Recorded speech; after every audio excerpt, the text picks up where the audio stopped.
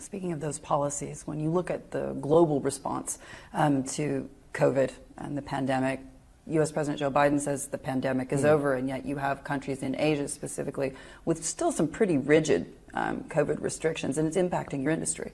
Yeah, very much so. And in fact, if I look at that recovery in the industry, what we see is a big variation. So within Asia, for example, international travel within Asia in July was still only 25% of where it was in 2019.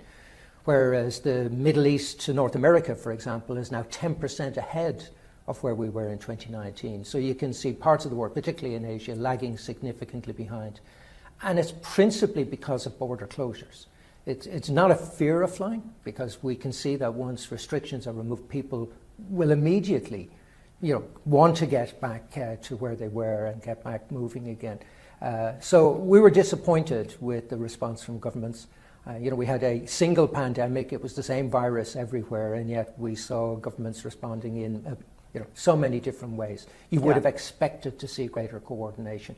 Even within the EU, we saw different countries within the EU adopt different policies. So I'd like to think that we'll see a more coordinated, better planned approach to the next pandemic, and no doubt there will be one. But we have reiterated our view that the WHO guidance, which was don't close your borders, was the right guidance, and we would hope that governments will have learned and will have sort of looked more closely at the economic harm that was created by these border closures. Because COVID's not traveling with cargo. No, and that was the issue. All of the evidence shows that closing your borders did nothing to stop the virus spreading. It continued to spread, and in fact, the research that we've done suggests that at best it may have slowed down the peak by days, not even by weeks, by days.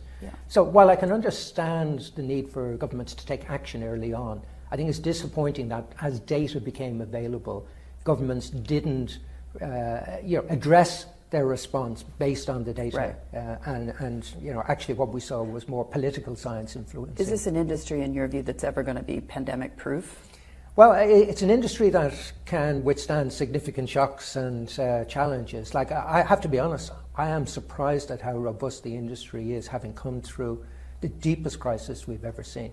I expected more airlines to fail. I think it's great credit to airline management teams right across the world and everybody working in the airline industry that we still have an industry, given that we were effectively shut down for 2 years. To be able to survive that has been a fantastic achievement.